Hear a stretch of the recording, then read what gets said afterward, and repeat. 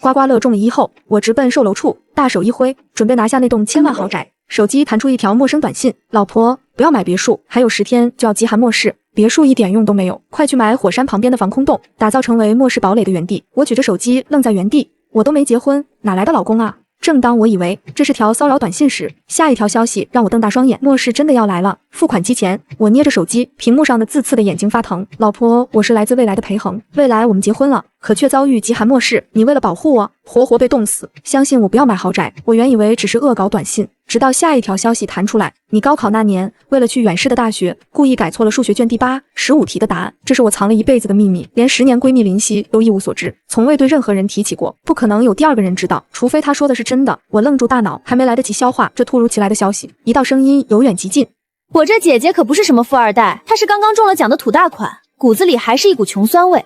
看着你们这么多人在这守着，说不定白忙活一场，她不舍得买呢。来人正是我的妹妹苏萌，从小到大她总是见不得我好，就连我的碗里多块肉都要被她想方设法抢走，这一次想必也是眼红我，赶来特意嘲讽：姐姐你的命贱，就算天上掉馅饼，恐怕也没命花，还不如给我。苏萌就要伸手来抢我的手机。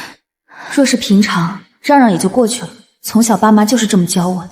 可是脑海里见浮现短信里的末世2字。你给我签单，我要花1000万，不买豪宅，买防空洞。这时裴恒又发来消息。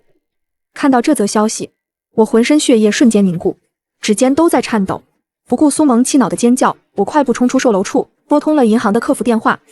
马上把我存的家庭基金全额转入我的私人账户，并且更换成只有我人脸验证才能转用资金。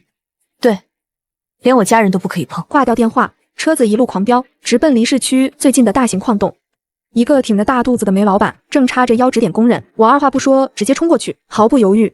我要1吨煤，今天之内必须全部备齐。什么？你没开玩笑吧？我穿着一身高定裙子，与煤矿的环境格格不入。小姐，我这儿可不跟你开玩笑，你知道1吨煤要多少吗？上千万，这可不是过家家，你买得起吗？煤老板看我的眼神里带着鄙夷。这2天把所有的煤送到郊区的防空洞，准时送完，我再加200万当奖励。看到银行卡，煤老板的眼睛瞬间放出贪婪的广荒，他一把接过银行卡，转身就朝着远处的工人大声召集，让他们立刻停下手上的活，专门为我装车运煤。随后我快速离开，翻出国外的安保电话，一口流利的英语要求他们立马派遣高级安保团队为我改造防空洞。Money is not an issue. I want you to arrive today. 说着，我往国外汇款1000万。短短3小时，国外团队顺利抵达防空洞，门口清一色的黑色制服，动作干脆利落，一眼就是受过严格训练的样子。我带着他们第一次审视这个靠近火山的防空洞，刚一踏进就被防空洞的空间震慑住。整座防空洞空间开阔的像一个地下广场，别说堆煤了，就算停放车辆，建个31厅都绰绰有余。看到这，我心已经十分满意，只要改造得当，这里就是一座地下堡垒，完全能自给自足。这时，身旁的团队经理已经上前一步，恭敬地将一份改造报告递到我面前，必须得迅速完工，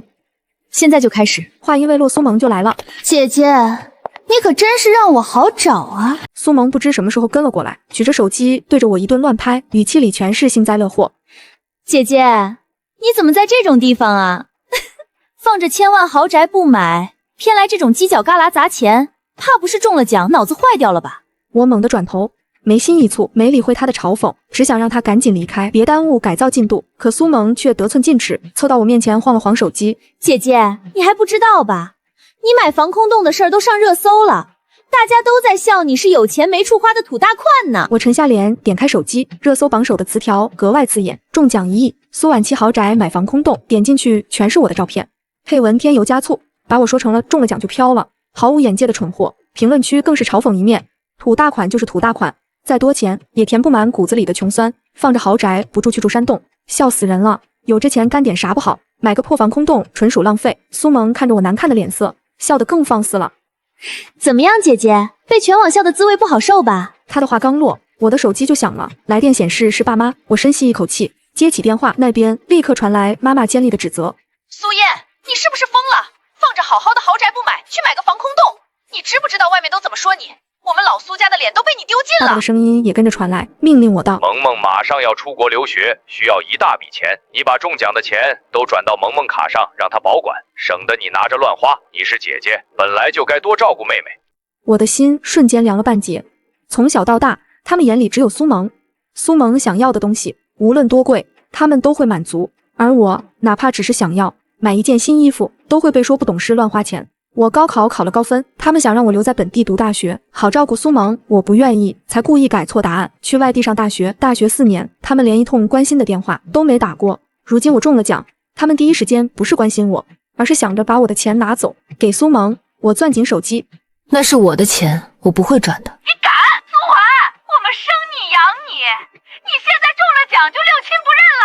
萌萌是你亲妹妹，你给她花钱天经地义，今天不转钱就别认我们这个爸妈。电话那头的争吵声越来越大，苏萌在一旁幸灾乐祸地看着我，委屈和心寒一股脑涌上心头。手机忽然震动了一下，老婆立刻拒绝他们。上一世你心软，把钱都给了他们，末世来临后，他们拿着你的钱躲起来，对你不管不顾。你在外面冻得奄奄一息，哪怕跪在他们门口求点吃的，他们都狠心不开门。原来上一世我竟落得如此下场。我看你就是不想转钱，我来帮你。我猛地躲开苏萌的手，我的钱1分都不会给苏萌，你们要是不认我这个女儿，那就算了。说完，我直接挂断电话，转身离开。苏萌在背后指着我叫嚣。回到家，我靠在墙上，久久无法平静，让我更加确定必须抓紧时间囤货，才能在极寒末世里活下去。手机再次弹出未来裴恒的消息，干得好，老婆，别为了不值得的人心寒。接下来抓紧时间囤物资，药品是重中之重。上一世你就是因为缺药，小伤拖成大病，我立刻打起精神，驱车前往之前预定好的药品公司，那里有我全款预定的一货车，药品消炎急救，凡是能想到的我全都定了。这是末世里保命的根本，一路疾驰，很快到了药品公司的提货处。不好意思，苏小姐，这批药我们不能给你。为什么？我早就付过全款了，合同也签了，你们现在说不给就不给？之前答应你是看在你中了1亿，觉得你是个大客户，可现在全网都在说你脑子有问题，我们怕跟你扯上关系，影响公司声誉。再说了，你买这么多药，谁知道你要干什么？万一出点什么事儿，我们公司可担不起。你们这是明显的违约，不讲诚信。我强忍着怒意说道。争执声很快引来周围的人来看热闹，他们拿出手机拍照，在一旁指指点点。看他那疯疯癫癫的样子，买防空洞又买这么多药，说不定真有问题。这种人就该报警，查查他到底想干什么。人群越围越紧，我被堵在中间，根本没法脱身。就在我进退两难，一道熟悉的声音从人群外传来：“你们干什么？围着我朋友干什么？”我抬头一看，只见林夕拨开人群，快步走来，一把将我护在身后。我朋友全款订的货，签了正规合同，你们说扣就扣，契约精神喂狗了。他买这么多药来路不明，我们有风险顾虑。林夕冷笑：“来路不明，这是我刚注册的应急物资储备公司资质，批量采购合情合法，哪来的不明？你要是敢违约，我现在就打工商电话举报，再让律师告你赔偿3倍违约金，你信不信？”他又扫过周围举着手机的人，还有你们，不明真相就造谣，再拍再传，等着收律师函。这话一出，众人纷纷收手机散开。快，装车，马上送过去！负责人连忙喊工人，看着他们手忙脚乱搬药，林夕才转身拉过我，满是担忧：“婉婉，你吓死我了！看热搜说你被围堵，我立马就赶过来了。你这到底怎么回事啊？买防空兔又囤这么多药。”我心头一暖，握着他的手，一时不知如何解释。西西，谢谢你，这是说来话长，过2天我再跟你细说。先把药送回防空洞。行，我不问，我跟你一起送。药品顺利送进防空洞的仓储区，我悬着的心终于放下一块，满是震惊。走进正在改造的防空洞，林夕跟着我。婉婉，你这哪是买了个防空洞啊？这简直是在建地下城堡。林夕转头又拉着我，满脸疑惑：“你老实跟我说，你突然搞这些，该不会是迷上末日生存咬游戏，入戏太深了吧？”我看着他真诚的眼神，犹豫了片刻，还是决定把真相告诉他。我掏出手机，翻出未来裴恒发来的短信，指给他看。林夕看着短信内容，语气带着打趣：“婉婉，你没发烧吧？这短信你也信？未来老公还末世，你该不会是恋爱脑上头被人骗了吧？这明显就是恶作剧啊！”他顿了顿，又见我神色认真，叹了口气：“就算这是真的，我也陪你，就当陪你玩这个末世游戏了。”我心里满是感动。日子一天天过去，终于到了预判的末世降临日。我拉着他盯着墙上的时钟，马上就12点了，极寒末世就要来了。墙上的钟表一直在旋转，可直到早上8点，外面始终一片平静，没有意想中的极寒，反倒气温逐渐升高。婉婉，游戏结束，哪来的末世啊？我快热死了，我得出去透透气。我抱着手机，死死盯着短信，心里满是慌乱。我被骗了，这到底是怎么回事？我被骗了，这到底是怎么回事？我攥着手机，整个人微微颤抖。屏幕上未来裴恒的对话框死寂一片，没有半条新消息。林夕擦着额角不断渗出的汗，想拉着我出去，我咬着唇拼命摇头，心底那点侥幸还在作祟。可防空洞里的温度越来越高，即便把通风系统开到最大，燥热依旧裹着，温热扑面而来，连冰冷的墙壁都渐渐烫了手。我终于是跟着林夕走到防爆门旁，手指颤巍巍搭在开关上，深吸一口气，推开外面的阳光刺得我睁不开眼。眺望市区的街道上车水马龙，行人说说笑笑，哪里有半分漠视的影子。我站在洞口，只觉得浑身冰冷，不是极寒，是心凉。1亿奖金大半砸在防空洞和物资上，全网的嘲讽和家人的决裂，到头来竟是一场空。我掏出手机想删掉那个陌生号码，屏幕却突然疯狂震动，一条新短信猛地跳出来：老婆极寒推迟，火山先喷，快关洞门，晚了就来不及了。我几乎是凭着本能拽着林夕往回猛冲，反手狠狠按上防爆门的关闭按钮，厚重的军用合金门发出沉闷的轰隆声，将外面的世界彻底隔绝。下一秒，地面开始剧烈晃动，防空洞的顶壁簌簌吊着灰尘，通风口传来轰隆隆的巨响，像是山崩地裂，震得人耳膜生疼。林夕扶着墙壁，脸色惨白，抓着我的胳膊，抖得说不出话。我强压着心头的慌乱，摸出手机看那条短信，裴恒的消息又发了过来。根据屏幕上信息，我得知火山喷发引发高温热浪，后续极寒会跟着来，撑过这波高温就好。我拉着林夕躲到洞内的角落，蜷缩着听着外面的动静越来越大，仓储区的煤炭被震得哗哗作响。好在防空洞的改造足够牢固，没有出现半点坍塌的迹象。万幸的是，我当初囤物资时没偏科，除了极寒用的东西，还囤了大批矿泉水和纯净水。净水装置不仅能过滤热水，还能快速制冰，刚好能帮我们抵过这波突如其来的高温。只是看着堆成山的煤炭，心里忍不住叹气，这下暂时是半点用都派不上了。白买了这么多。晃动渐渐平息，我扶着墙壁慢慢起身，走到监控屏幕前，外面的画面让我头皮发麻。远处的火山浓烟滚滚，火红的岩浆顺着山体往下淌，火光映红了半边天。最近街道上一片狼藉，车辆翻倒，原本繁华的景象荡然无存。我立刻将通风系统调成内循环，防止火山灰飘进来，污染洞内的空气和水源。林夕也强撑起身子，帮我一起把制冰机开到最大。一箱箱冰块被搬出来，散在防空洞的各个角落，燥热总算稍稍缓解。我翻出裴恒的短信，犹豫了很久，在屏幕上敲击着一句话：为什么时间线会有偏差？隔了好几分钟，消息才慢悠悠过来，只有简单的一句话，未来变数太多。我能做的只有时时提醒。我看着这行字，心里五味杂陈，庆幸自己刚才没彻底放弃。走出洞门，又后怕若是真的出去了，此刻怕是早已葬身火海。洞内的通讯彻底断了，除了裴恒的短信，手机连不上任何网络，打不出任何电话。接下来的日子只能靠这个防空洞，靠囤的这些物资，还有那个素未谋面的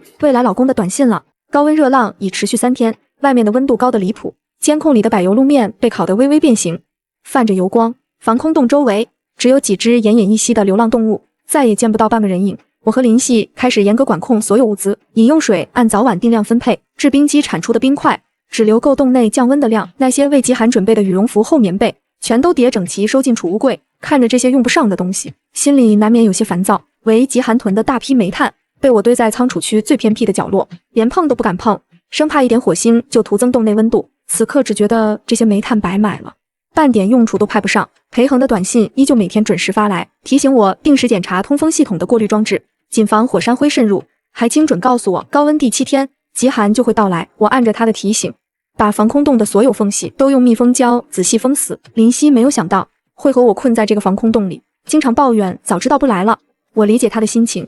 高温第5天，外面的火山喷发渐渐平息，但热浪丝毫没有消退的迹象。即便此刻赶走出防空洞，也根本没有退路，回不去市区，只能守在这洞里继续熬制。冰机没日没夜的运转，我和林夕只能扇动手中的扇子，勉强忍受这份闷热。因为太过于无聊，林夕在洞内走来走去，等着突然连上的信号。我正蹲在仓储区清点剩余的瓶装水，放在一旁的手机突然响了，信号连上了。我激动的大喊告诉林夕，转头一看，屏幕上跳动着苏萌的名字。没想到这种通讯近乎中断的时刻，他还能打通我的电话。我深吸一口气，拿起手机接起，听筒里传来他幸灾乐祸的嘲讽，字字句句都透着恶意，说防空洞如今一文不值，我和林夕定是在洞里热得喘不过气，还假意表明可以伸手帮我，前提是我把剩下的奖金全都转给他。我听着这些话，没说一个字，直接挂断电话，顺手将他的号码拉进了黑名单。心底的寒意盖过了洞内的燥热，原来在他眼里，我的死活从来都比不上那些钱。一旁的林夕将这一切看在眼里，在我面前痛骂苏萌和我偏心的父母。我看着他替我出头，手脚并用的样子，嘴角勾起一抹淡淡的笑。好在我还有灵犀。外面的天渐渐蒙上一层灰，我心里清楚，这难熬的极热快要结束了，真正的考验马上就要来了。高温第7天的深夜，防空洞的墙壁突然传来阵阵凉意，我摸了摸冰冷的墙面，心头一紧，知道极寒终究是来了。我立刻起身，将提前备好的取暖设备一一开启，柴油发电机嗡嗡运转，供暖管道很快变温热起来，洞内的温度慢慢回升。那些为极寒囤的物资终于派上了用场。我和林夕将厚羽绒服、加绒冲锋衣套在身上，又裹上厚厚的棉被，瞬间便驱散了寒意。仓储区的煤炭被我一车车推出来，添进取暖炉里，橘红色的火苗跳动着，映得洞内一片暖光。之前觉得白买的煤炭，此刻成了保命的根本。我又检查了一遍净水装置，将出水模式调至常温，防止水管冻裂。还好当初改造时做了防冻处理，各类设备运转的都很顺畅。裴恒的短信准时发来，告知极寒的最低温度会达到零下几十度，让我务必守住防空洞。我看着满洞的物资，心里终于踏实了。还好当初倾尽所有打造了这座堡垒，这不是一场无准备的战。极寒正式降临的第3天，外面已是一片冰封的世界。监控里的天地白茫茫一片，树木被冻成了晶莹的冰雕，路面结了厚厚的冰层，看不到一丝生机。我和林夕的生活却渐渐步入正轨，每天按时添煤、检查设备、清点物资。取暖炉旁的小桌上总会摆着热乎的素食和温水，和外面的冰天雪地判若两个世界。那些提前囤的压缩饼干、自热米饭、罐头食品，让我们不用为吃食发愁。我坐在取暖炉旁，看着裴恒发来的短信，他告诉我有哪些地方的冰层下有可用的水源，哪些物资可以后期外出搜集，字里行间都是细致的叮嘱，以及他常常会说着一些我不知道的事情。比如上一世我没有防空洞，末世快降临，我们在超市相遇，他没抢到物资，我将手里的另一袋面包分给了他。比如我被苏萌赶出家门，林夕为了救我冻得奄奄一息，将羽绒服都裹在我身上。我听着这些从未经历过的事情，不由得感叹这场跨越时空的对话既然来得如此奇妙。这次我有了防空洞，那么裴恒现在在哪呢？我的老公会是什么样的呢？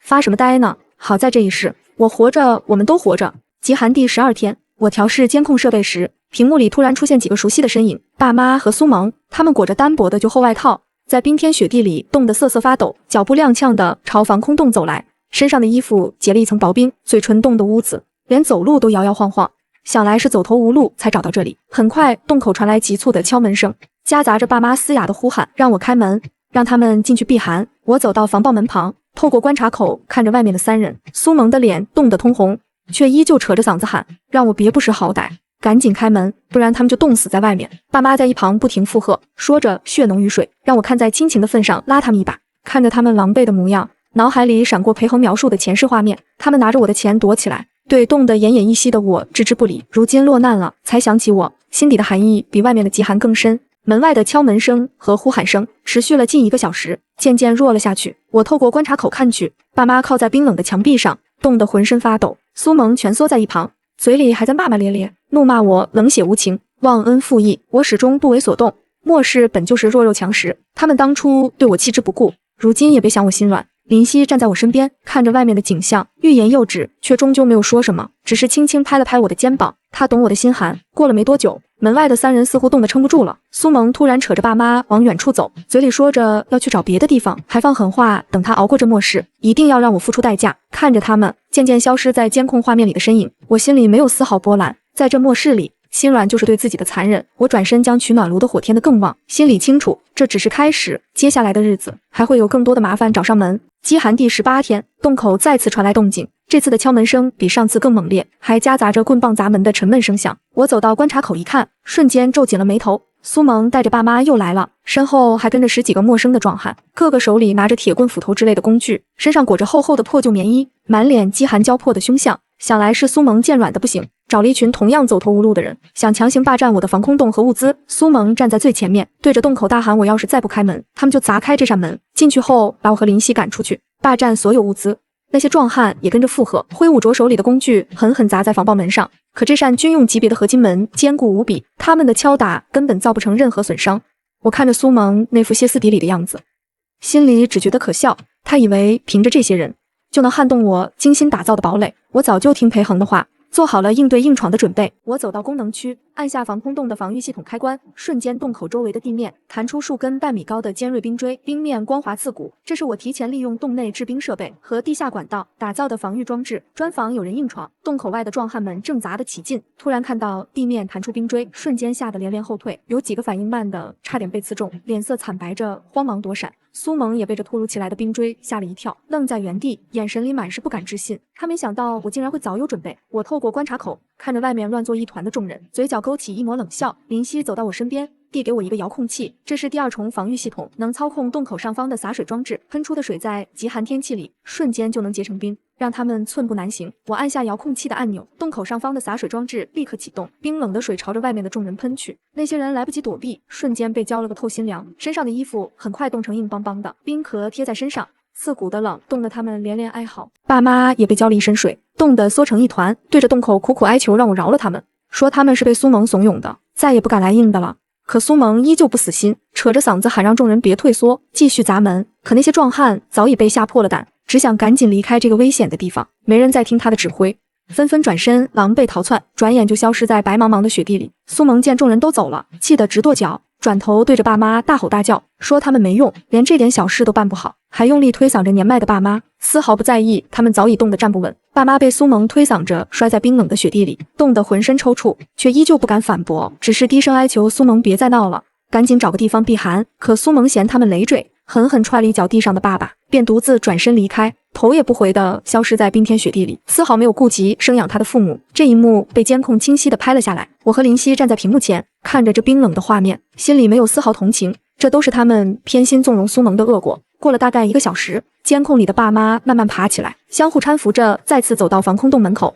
对不起，对不起，我们知道错了，不该偏心苏萌，不该逼着你把钱转给他，更不该跟着苏萌来砸门。我透过观察口看着他们，两人脸上满是冻疮，头发上结着冰碴，眼里满是哀求。我犹豫了片刻，还是打开了防爆门的一条小缝，冰冷的寒风瞬间涌进来，带着刺骨的寒意。爸妈看到我，眼里瞬间泛起泪光。我们知道错了，这些天跟着苏萌四处流浪，苏萌抢走了我们仅有的一点食物，吃尽了苦头，还多次把我们扔在冰天雪地里。我们现在才彻底看清苏萌的真面目，后悔当初没有好好对你。我瞎了眼，偏心这个白眼狼，对不起你这个女儿。妈妈也在一旁抹着眼泪，细数着当初的过错。求你看在亲情的份上，让我们进去避避寒吧，哪怕只是在角落待着也好，我们可以帮你干活，打扫卫生，清点物资都愿意。我看着他们痛哭流涕，悔不当初的样子，依旧不为所动。那些伤害早已刻在心底，不是一句道歉就能抹平的。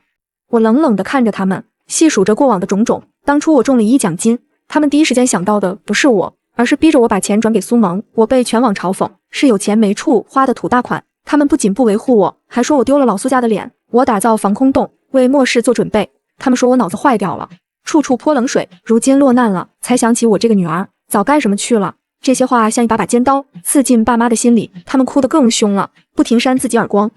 我们不配做你的父母，只求你给一条活路。终究还是没有心软。这防空洞是我用自己的钱打造的，里面的物资也是我一点点囤的，我没有义务为他们的偏心买单，路是你们自己选的，后果自己承担。便狠狠关上了防爆门，将他们的哀求声隔绝在外。门外的哭声和哀求声又持续了很久，才渐渐消失。我知道他们终究是走了。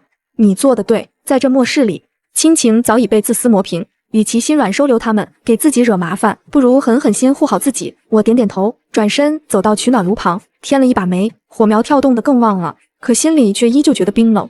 接下来的几天，我和林夕过得很平静，可心里总是觉得空落落的。极寒第25日，监控里突然出现苏萌的身影，他身边依旧跟着之前那几个壮汉，只是这次他们学乖了，不硬闯，他们手里拿着工具，正要在防空洞打转，还学聪明了，想绕开洞口的冰锥防御区，从侧面挖洞进去。可防空洞如果这么轻易被挖穿，我砸的重金不就白砸了？壮汉们挖了半天，手冻得通红。突然一声巨响，像是挖到了什么，那几个壮汉以为挖穿了，急忙聚在一起查看。只见侧面墙壁里数根钢管同时喷出冰冷的水，瞬间将他们挖洞的地方冻成厚厚的冰层，根本无法继续挖掘。苏萌见计划又失败了，气得大喊大叫，却丝毫没有作用。这时监控里爸妈突然出现，冲到苏萌面前，试图拦住他，让他别再闹了，说我根本不是好惹的，再闹下去只会死路一条，他们不想再跟着他受苦了。苏萌见爸妈竟然敢拦着他，瞬间怒目圆睁，抬手就给了妈妈一个耳光。打得妈妈踉跄着摔倒在雪地里。爸爸见状，立刻上前护住妈妈，对着苏萌大吼，说他简直不是人，连自己的爸妈都打。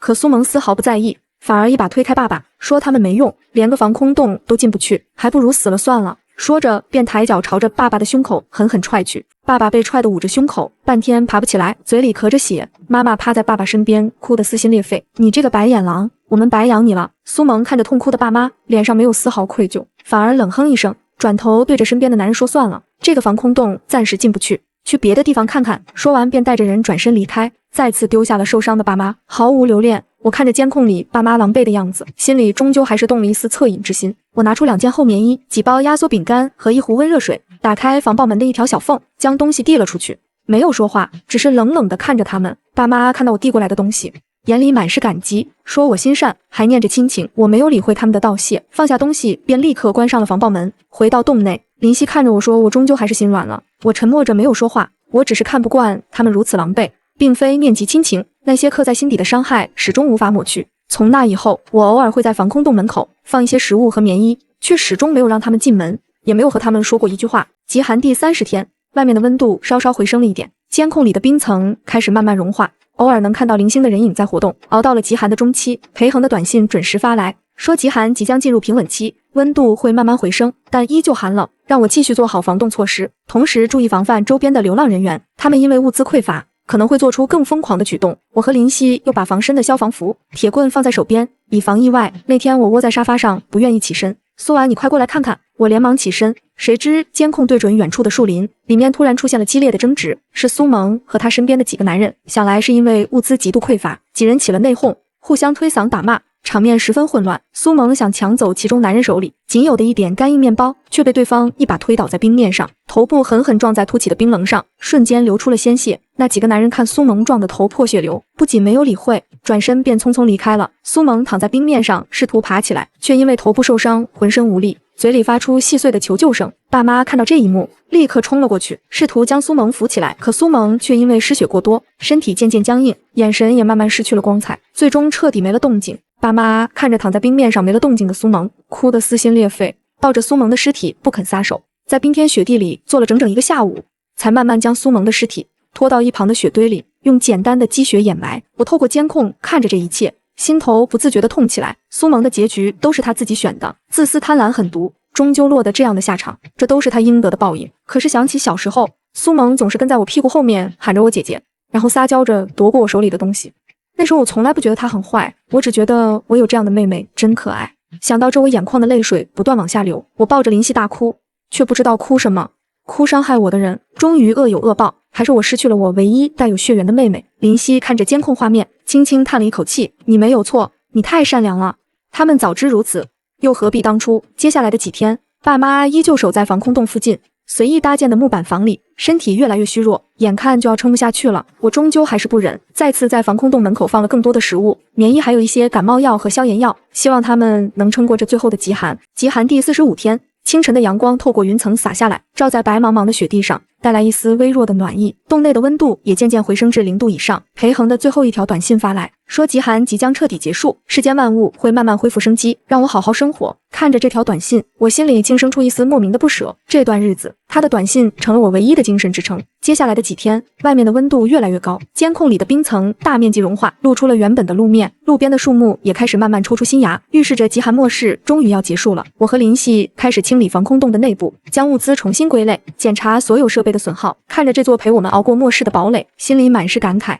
我们终于熬过来了，在这场冰火两重天的末世里活了下来。极寒末世彻底结束的那天，我和林夕打开厚重的防爆门，走出防空洞，看着外面融化的冰雪，渐渐洒下的温暖阳光，忍不住热泪盈眶。久违的清新空气涌入鼻腔，没有了自古的寒冷，只有淡淡的草木清香。这一刻，我们知道黑暗终于过去了。没几天，外面的通讯便彻底恢复，救援人员陆续赶到，开始清理街道，救助受灾群众，城市慢慢恢复了往日的生机。我的防空洞因为改造牢固，物资充足，成了这次极寒末世里为数不多的完整生存堡垒。很快便引起了媒体的注意，各路记者纷纷赶来，对着我和防空洞不停拍照采访，问我是如何提前预知末世，打造出这样一座完美的生存堡垒的，语气里满是敬佩。面对记者的追问，我只是淡淡一笑，说只是提前做了些准备，运气比较好，并没有提及未来短信和裴恒的事情。有些秘密适合藏在心底。林夕站在我身边，偶尔帮我补充几句我们囤物资、改造防空洞的细节，两人一唱一和，应对着各路采访。那些天，我和林夕成了城市里的名人，各大媒体争相报道我们的故事，称我为末世生存女王，把这座防空洞称作末世最安全堡垒。一时间，我们的名字传遍了大街小巷，有人专门赶来防空洞外，想一睹这座神奇堡垒的真面目。看着城市里满目疮痍的景象，还有那些流离失所、物资匮乏的受灾群众，我和林夕商量后做出了一个决定，将防空洞里剩余的所有物资全部捐给灾区。这些物资是我当初为末世囤下的，如今末世结束，他们应该发挥更大的作用，帮助更多需要的人。当我们把这个决定告诉救援人员时，他们都十分敬佩，立刻安排车辆前来搬运物资。看着一车车的煤炭、食品、药品、饮用水被运走，发往各个受灾点，我和林夕的心里满是欣慰。这些东西终于用在了该用的地方。爸妈也听说了我捐物资的事情，他们来到防空洞外，远远地看着我，眼里满是愧疚和自责，却始终不敢上前。我捐出全部物资的举动再次引起了轩然大波，大家说我不仅有远见，更有大爱。街头巷尾，大家都在谈论我的事情。有人说我是真正的英雄，在末世里守住自己的同时，还不忘帮助他人。我和林夕并没有沉浸在这份赞誉里，而是主动加入了救援志愿者的队伍，每天和大家一起清理街道、搬运物资，帮助受灾群众搭建临时住所，忙得不可开交。我好像忘了什么东西。半夜我打开手机短信，看着上面没有再弹出的消息，裴恒真的和我错过了吗？日子一天天过去，城市在所有人的努力下，慢慢恢复了往日的繁华，商铺重新开业，人们的生活渐渐回到正轨。我和林夕也结束了志愿者工作，偶尔会一起去防空洞看看，这座陪我们熬过最艰难时光的堡垒依旧坚固，只是里面没了往日的物资，多了一些我们在末世里的回忆。爸妈依旧会偶尔出现在我的视线里，他们没有再提让我原谅的话，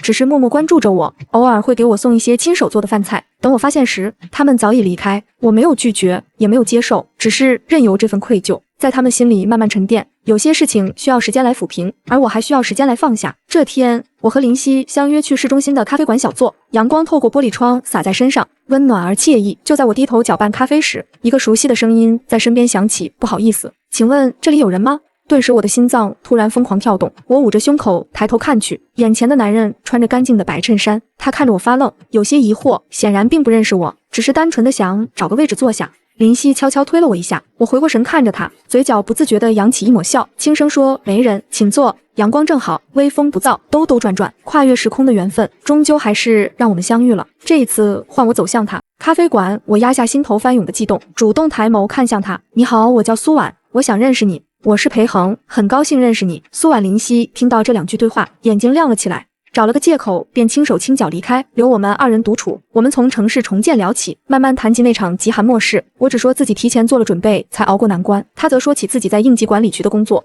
末世时一直在外地参与救援，见过太多苦难，言语间满是感慨。我们聊得格外投机，有种相见恨晚的契合。分开时，我们自然地交换了联系方式。之后，裴恒总会借着各种由头约我，有时是长街角新开的家常菜馆，有时是一起去江边散步。后来我们顺理成章走到了一起，他会记得我所有喜好，也心疼我所有的伤痛。相恋2年，在我们第一次见面的咖啡馆，裴恒拿出一枚简约的银戒，单膝跪地，认真看着我：“往后的日子，我想护你岁岁平安，你愿意嫁给我吗？”我望着他眼里的温柔，用力点头，泪水漫上眼眶。